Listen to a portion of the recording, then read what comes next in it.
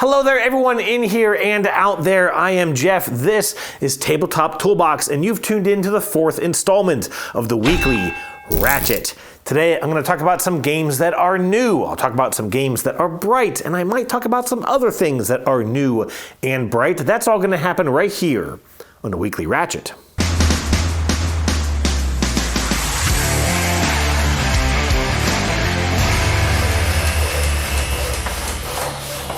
That's right, welcome everyone. I hope you've had a fantastic week. It has been a busy week here in Virginia, but there's not as much game stuff to talk about here at the beginning of the show, which of course means I can kind of breeze through it. So I'm going to get through first new additions here to the Treehouse. Yes, by the way, this is called the Treehouse. This game space is inside a detached building of our property here. It sits above a 2-car garage. It's climate controlled. It's a very, very nice space. My sister coined the term in a text message kind of early after we had moved here, and it stuck like glue. I love my treehouse. Anyways, first new addition is, is this. This is a custom mat I got off of Etsy for the Imperium Legends and Imperium Classics card games. Those, if you don't know, are some fairly complex civilization-based card games, deck building games.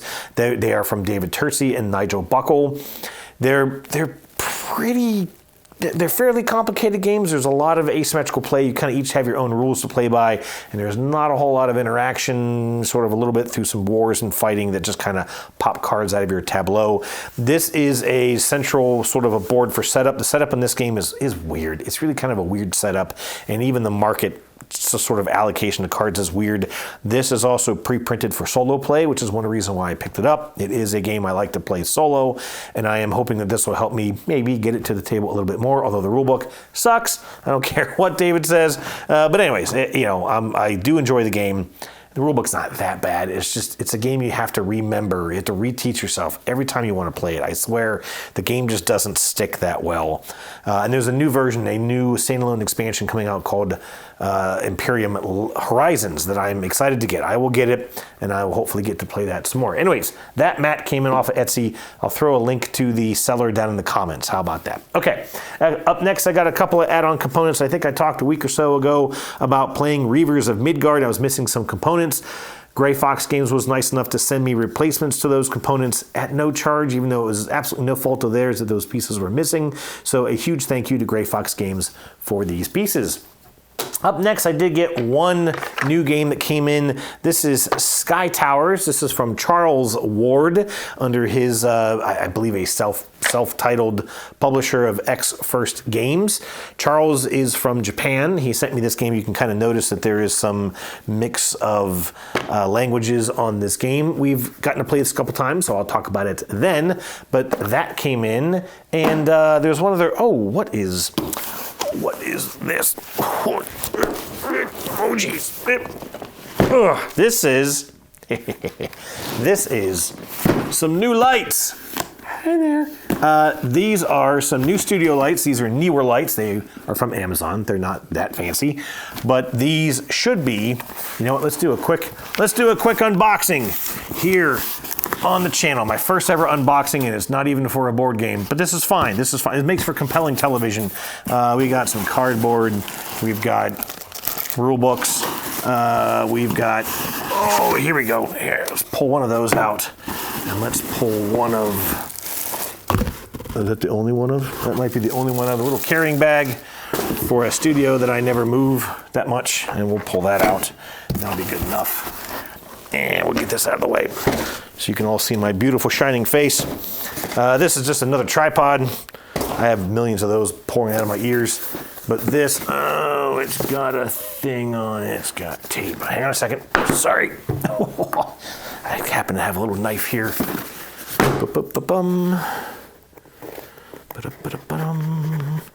This is exciting television. This is what gets the clicks and the likes and the subscriptions for sure. I know of it. Okay, well. Alrighty. Oh, yeah. All right, so these are some studio lights. These are RGB lights. They're a little more compact. Are they? No, they're really not. They're the exact same ones I already have here in the studio. I've had You know, I've gotten by with a fairly basic setup here in the Treehouse. I've got just a couple of lights. I try to play with some angles and reflections a little bit so that I don't have to wash out my backdrop here too much. But the other problem I have is that the lights that I have aren't very bright. These are supposed to be higher wattage. I thought they were going to be smaller, more compact lights so I can kind of get in and do some detailed, you know, real tight up lighting. It didn't really quite work. But these are supposed to have some better app control than the ones that I have. So I'm hoping I can kind of play with fading and play with some cross-color movement as I'm doing, especially the B-roll filming, where I'm just filming a game, especially for the Dice Tower stuff. So we'll see how this works, but I am excited to play with these. I've got some more lights coming in. I'm not gonna bother you with unboxing on those, unless of course I guess people really love it. But anyways, that's what's new here to the Treehouse. What have you picked up this week? Anything that you're excited to get to the table? Any new deliveries? Let me know in the comments. Let's move on.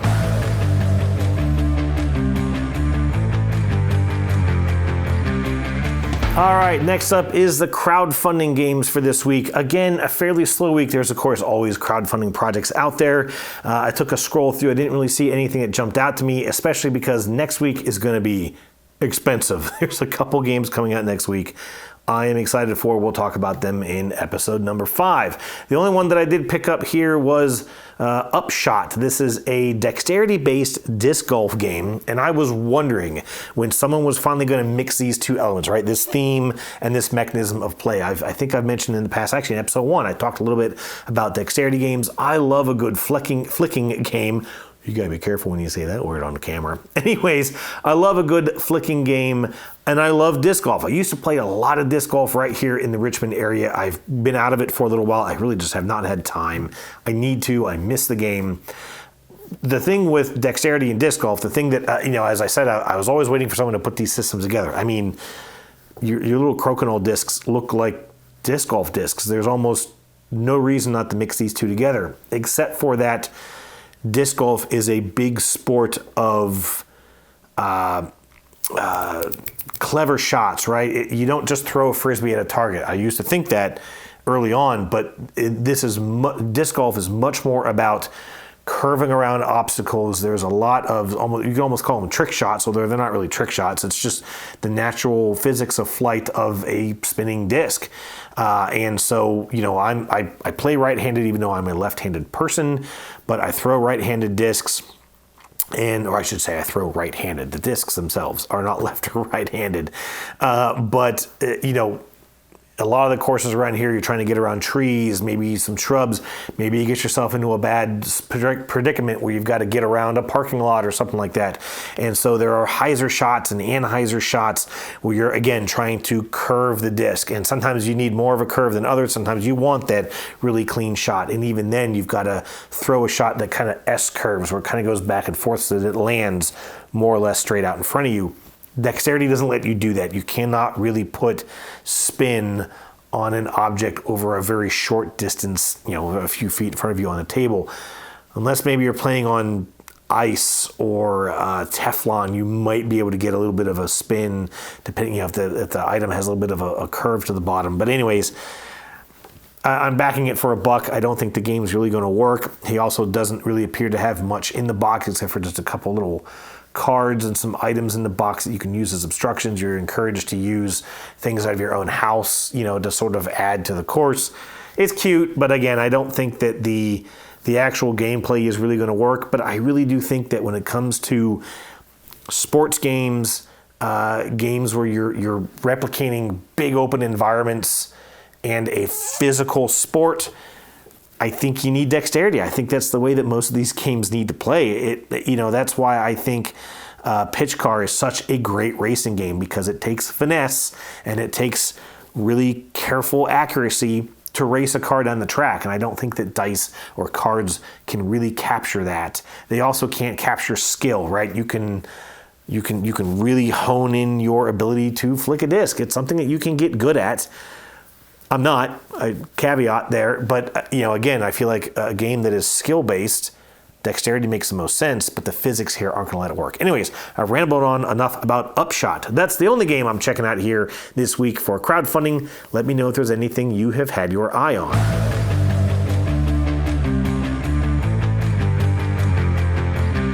All right, it's time for Question of the Week. This is one of my favorite segments of this video every single week, and I appreciate very much the folks who have given me comments, but I want to encourage all of you watching to pop a comment in response to this question of the week. Hey, I get 70 or 80 views. I want to get a couple more comments. So interact. Feel free to introduce yourself and answer this upcoming question of the week. Now, last week I asked the simple question, what besides financial reasons have ever led you to cancel one of your crowdfunding pledges? So you backed a game and something happened besides your own financial reasons that caused you to cancel that pledge. And I was surprised in that most of the comments that I got were people saying, I've never canceled a crowdfunding pledge. I've never backed the game and then backed out of backing that game.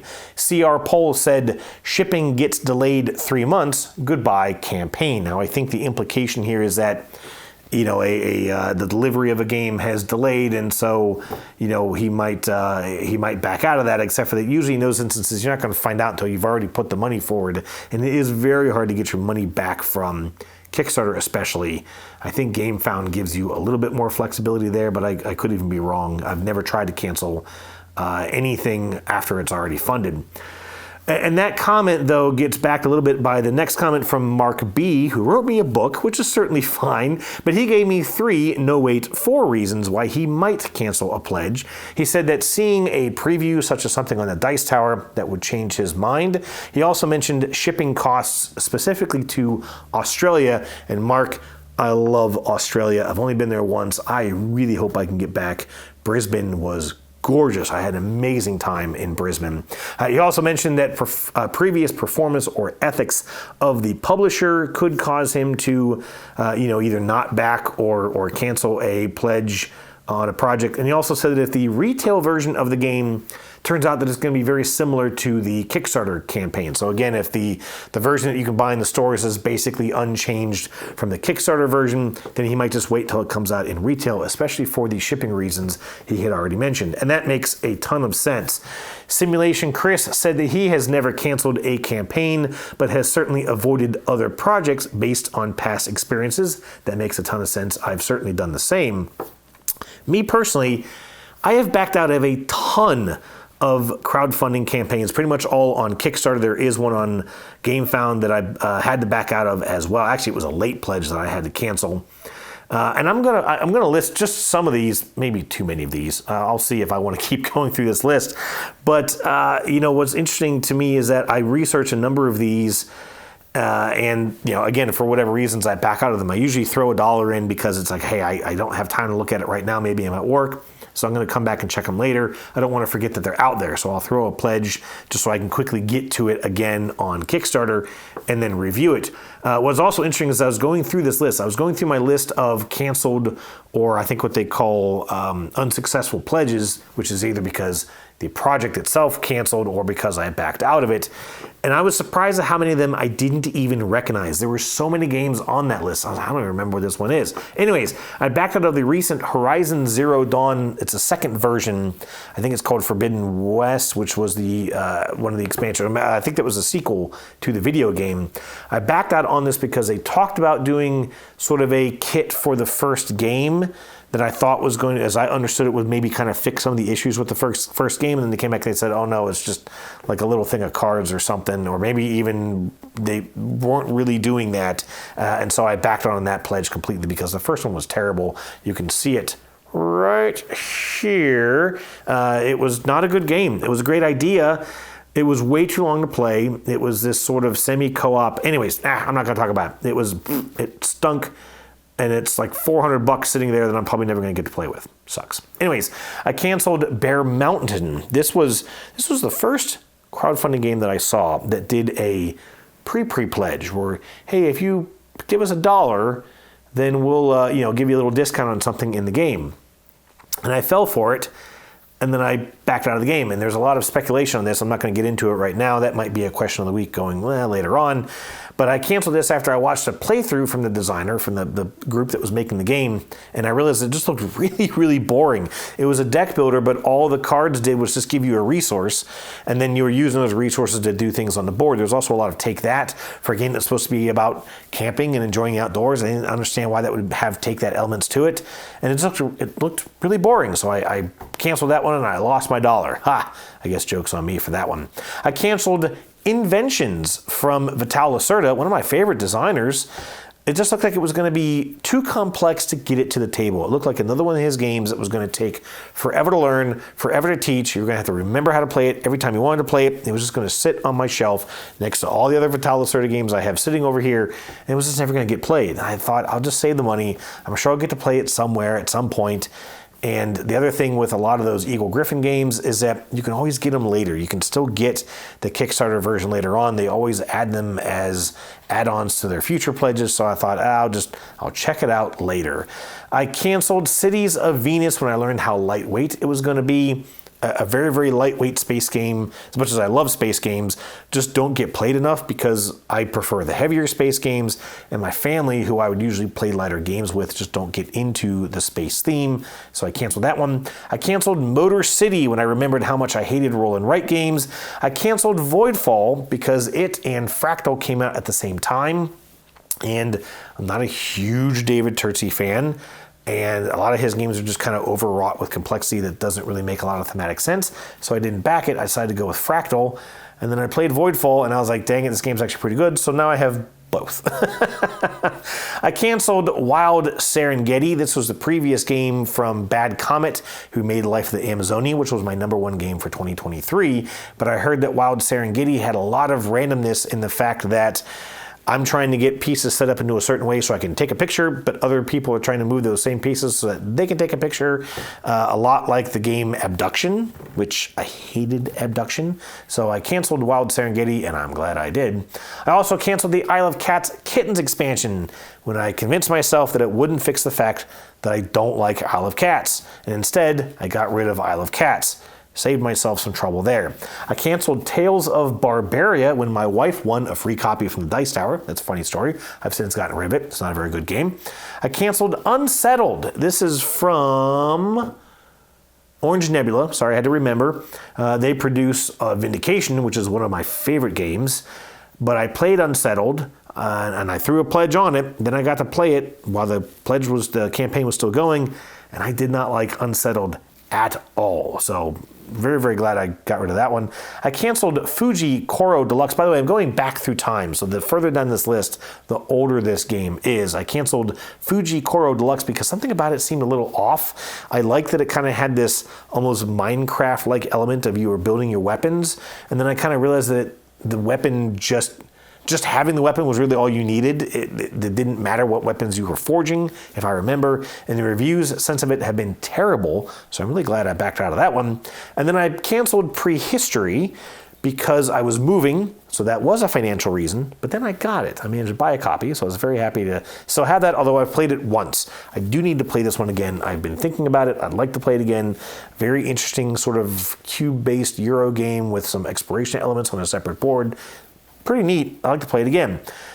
This one's the one I actually really wanted to talk about. Was I canceled U-Boot. This was by Phalanx. This used a large cardboard miniature of a submarine. It looked really fiddly. It has an app.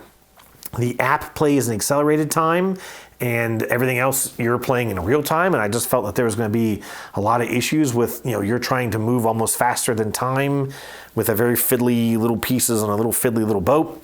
But one of the collaborators, one of the designers, one of the folks who was representing Phalanx in that Kickstarter campaign was a complete and total asshole. He got really sarcastic with a lot of folks, myself included, and I basically made a post saying, you know what, at this point, you've lost your right to my money, and I canceled my pledge, and the game hasn't really had a lot of success since, so don't feel that bad about that one. That was U-Boot. And the last one, I didn't cancel my pledge on this. I don't think I ever got the chance to cancel my pledge on this one.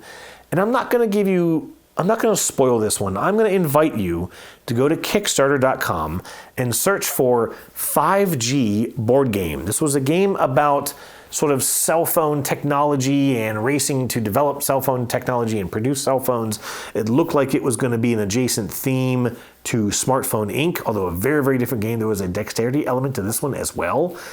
But the publisher had, or the actual company running the Kickstarter campaign had a little bit of a shady past.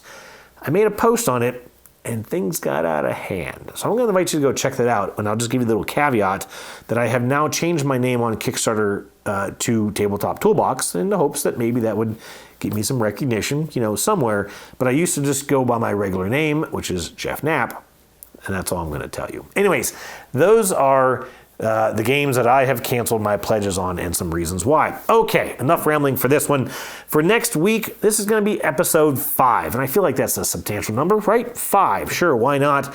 So I'm going to invite you in the comments, and again, I want some comments, so interact with me here for this question of the week. Give me either a style or a mechanism of a game, or maybe a theme of a game, and I will prepare a top 5 or top 10, depending on what you give me, for that item next week. So you could say space games. That'd be great. I'd love that. You can go with deck building games. I could probably do pretty well with a top 5 or top 10 there. You could go with dexterity games. You could go with, anything. So throw some suggestions in the comments of things you would like to see a top 5 or top 10. Again, depending on what you give me. If you give me roll and write games, I'm going to cancel next week's question of the week. I'm telling you that right now. But anyways, that's what I'd like to do for next week. So give me your comments below. I'm looking forward to it.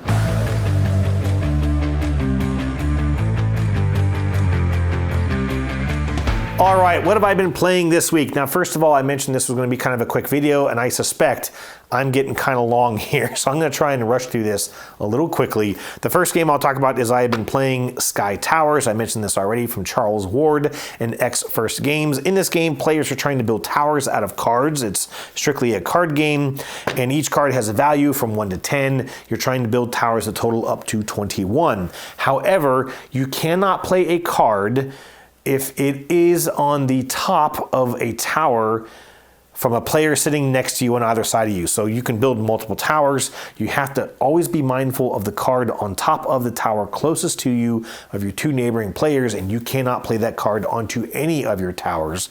We forget that constantly. You're constantly sitting there, maybe a turn or 2 even after the last one that you took, going, oh crap, I just remembered I can't play a 7 because you have a 7. Hang on, I got to try and undo everything. And the thing is that each card that you play, most cards that you play have an effect that triggers, like maybe getting to swap cards with an opponent. And so if you played that card and you swapped cards and then you suddenly realize you couldn't play that card, then you're trying to undo everything that you just did, and it interrupts the player whose turn it currently is. It's a neat idea. I would maybe just leave out that aspect of it. There are some other bonuses you're trying to rush for, and you can steal bonuses from other players. That is pretty cool. But the whole blocking thing of this, it hasn't clicked really with anyone that I've played it with yet. But a neat game, definitely a nice pub table game, which I really like pub table games. Anyways, that's Sky Towers. Also, I mentioned this one last week, and I'm excited to talk about this one. I'm going to try and get through this kind of quick. I've gotten to play a couple games of Wormwood. Again, I don't know if this is Ixion Games or Zion or whatever, but the designer is Damon Stay.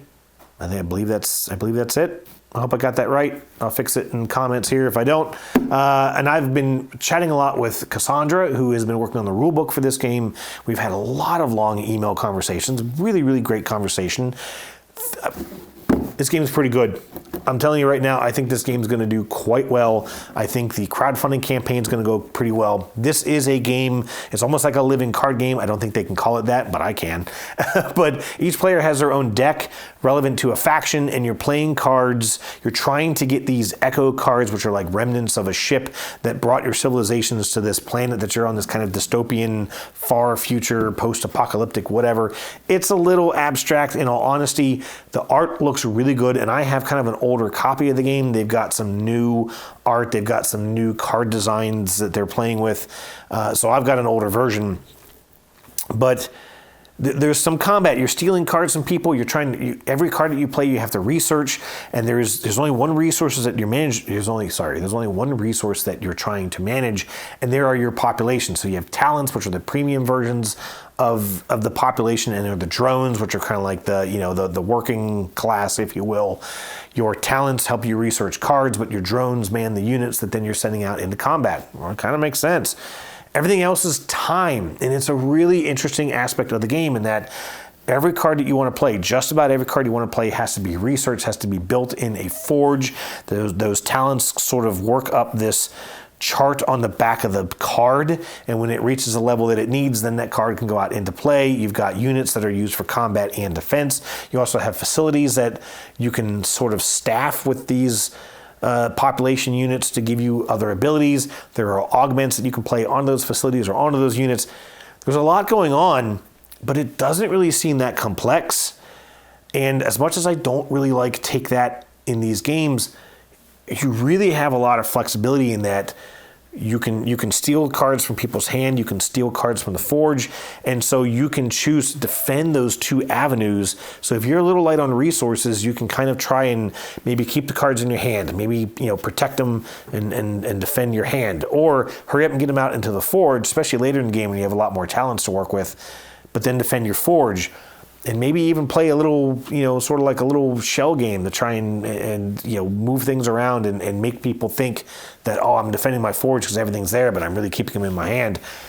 It's kind of neat. It's really neat. I've gotten to play this at 3 and at 2.